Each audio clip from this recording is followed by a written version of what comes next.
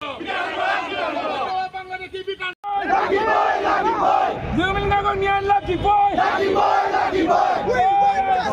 অসমীয়া মহিলা মঞ্চই আমি দিছপুৰ ঘেৰাও কাৰ্যসূচী লৈছোঁ। এটা স্পষ্ট কথা যে অসমীয়া যুৱ মঞ্চৰ মাননীয় মুখ্যমন্ত্ৰী মহোদয়, আপুনি আমাৰ অসমৰ হিয়াৰ আমঠু জুবিন গাৰ্গৰ ন্যায় দিমকৈ কিয় আপুনি অৱহেলা কৰি আছে? আজি জুবিন গাৰ্গৰ ন্যায় নামত এটা অৱহেলাৰ বাবে বেলেগ আমি দেখা নাই। দেখা গৈছে যে শ্যাম কানু মহন্ত আৰু সিদ্ধাৰ্থ শৰ্মা কালপি তেখেতক আপোনালোকে জেলত ভৰাই মেলি মাছে মাংসই ভাত খুৱাই আছে। তেওঁক ফাঁচি দিয়াৰ ব্যৱস্থা কৰিব লাগে। অতি শীঘ্ৰে ফাৰ্ষ্ট ট্ৰেকৰ আদালতৰ যোগেদি বিচাৰ হৈ তেওঁক ফাঁচি দিব লাগে। অসমৰ ৰাইজে আমি যুৱ প্ৰজন্মৰ তথা অসমৰ হিয়াৰ আমঠু জুবিন দাৰ ন্যায়ৰ বাবে তেওঁলোকৰ ফাঁচি বিচাৰিছোঁ আৰু সেইবাবে আজি দিছপুৰ ঘেৰাও কাৰ্যসূচী লৈছোঁ। অন্যথা কিন্তু আগন্তুক দিনত আমি বৃহত্তৰ এক গণতান্ত্ৰিক আন্দোলন কৰিবলৈ বাধ্য হ'ম যে জুবিন গাৰ্গৰ ন্যায় আমাক মুখ্যমন্ত্ৰী মহোদয় ইলেকশ্যনৰ আগত লাগিবই।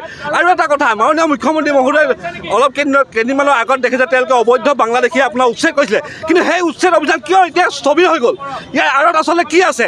মাননীয় মুখ্যমন্ত্ৰী মহোদয় অসমৰ চুকে কোণে যিমানখিনি অবৈধ বাংলাদেশী মিয়া আছে, যিসকল অবৈধ মিয়া বাংলাদেশীয়ে এতিয়া অসমত ড্ৰাগছৰ বেপাৰ চলাই আছে, গাড়ী চুৰ কৰি আছে, নকল সোণ নকল টকা বেপাৰ চলাই গোটেই অসমখন আপোনাৰ ধ্বংসৰ পথলৈ ঠেলি দিছে। সেইবাবে অবৈধ মিয়া বাংলাদেশীসকলক অসমৰ পৰা খেদি বাংলাদেশলৈ বিতৰণ কৰিবলৈ আমি দাবী জনাইছোঁ আৰু অতি সোনকালে